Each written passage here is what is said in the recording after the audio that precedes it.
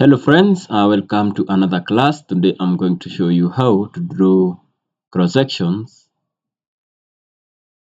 or road cross sections in Autocad.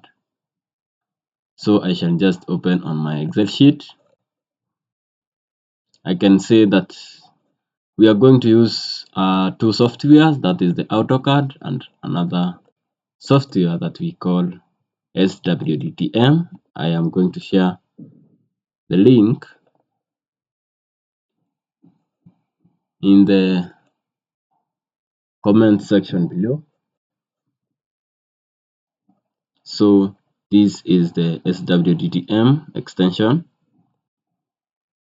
It opens when Autocad opens. So these are my points. So this is a road section.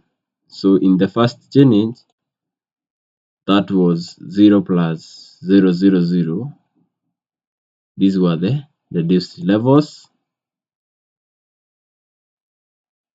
Okay, and some remarks here. We had one change point, and this is a sample we are going to use. So the first step we can do is to click on X section here, then draw X section, then draw X section. So at this point here, just click on from Excel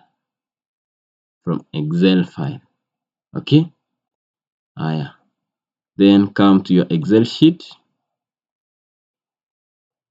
copy the values that you are going to use,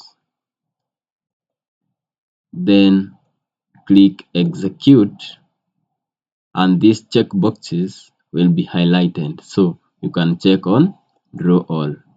Then at this point here, you will see click a point as origin. So in my Autocad, I shall click this point as my origin, and you will notice that the cross sections for each change was drawn successfully. So that is how you can draw cross sections in Autocad. Okay, this is for change 0, 0. This is for change 030. This is for change